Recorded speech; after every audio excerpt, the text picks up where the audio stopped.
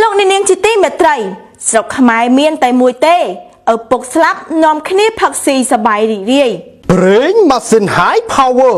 គុណភាពលំដាប់ថ្នាក់ពិភពលោក Dragon KNE ផ្ដល់ជូនទំនិញដែលមានគុណភាពស្តង់ដារតម្លៃសមរម្យនិងសេវារហ័សទាន់ចិត្តរឿងរ៉ាវដ៏គួរឲ្យហួសចិត្តមួយបានកើតឡើងនៅលើស្រុកខ្មែរដែលជាទឹកដីសវណ្ណភូមិរបស់ដូនតានៅក្នុងពិភពលោកយើងនេះនរណាក៏ដូចនរណាសាសនាណាក៏ដូចជាសាសនាណានោះដែរបើការរៀបការយកមនុស្សចូលផ្ទះមានការជប់លៀងសប្បាយរីករាយបើមានមនុស្សស្លាប់គេកាត់ទុកព្រោះបាត់បង់មនុស្សនៅក្នុងគ្រួសារយើងក្រឡេកមើលជនជាតិថៃមួយចំនួនតូច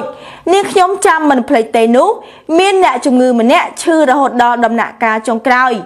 មុននឹងគាត់បានស្លាប់គាត់បានផ្ដែផ្ដាំក្រុមគ្រួសារគាត់ថាពេលខ្លួនស្លាប់ទៅហាមចាក់ស្មូតឲ្យសោះឲ្យចាក់តែបទចម្រៀងដែលខ្លួនចូលចិត្តបានហើយនោះគឺជាបទចម្រៀង remix ហើយឲ្យស្រីស្អាតស្អាតស្លៀកខ្លីរំអមក្តាមមឈូសហើយឲ្យទៅជាកម្មវិធីជប់លៀងធ្វើឲ្យក្រុមគ្រួសារសប្បាយរីករាយដោយឡែកឥឡូវនេះមានវីដេអូមួយដែលគេបានแชร์ចែករំលែកពេញពិភពលោកដោយឪពុកបានស្លាប់កូននាំគ្នាចាក់បទចម្រៀងរំលែកសប្បាយរីករាយហាក់បីដូចជាអបអរសាទរចំពោះឪពុកដែលបានស្លាប់អញ្ចឹងដោយដែលប្រិយមិត្តបានឃើញហើយចំណែកម្ដាយនៅអមក្តាមមឈូសប្តីដោយអាឡោះអាឡៃមើលទៅបីដូចជាអណយធម៌ចំពោះឪពុកខ្លាំងណាស់បងប្អូននោះសាប់ឪស្លាប់យកមិញនោះម្ដាយអង្គុយយាមភ្នោប្តីមឈូសប្តីនោះមើលខាងកូនកាន់ទុកនោះកូនកាន់ទុកកូនកាន់ទុកហ្នឹងបងប្អូនអើយដល់ក៏កាន់ទុកបានឲ្យឪស្លាប់ហ្នឹង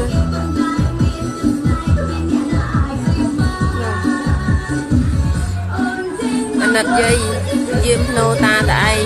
យាមមឈូសតាតឯងសាក់សពតាអាណយធម៌បងប្អូនណានេះណាបើកូនជាងក្រៅខេឲ្យដាក់បាត់រំទៀត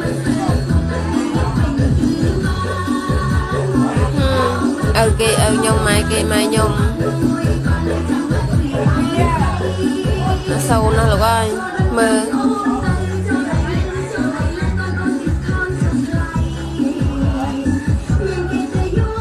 សុខខ្មែរមានម៉ានអ្នកទៀតយ៉ាងហ្នឹង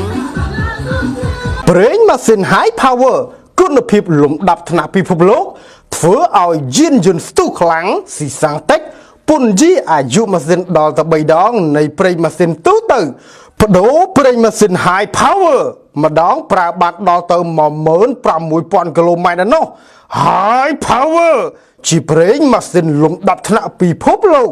Dragon KNE មានផ្គត់ផ្គង់សម្ភារៈជាងនិងគ្រឿងសំណង់គ្រប់ប្រភេទ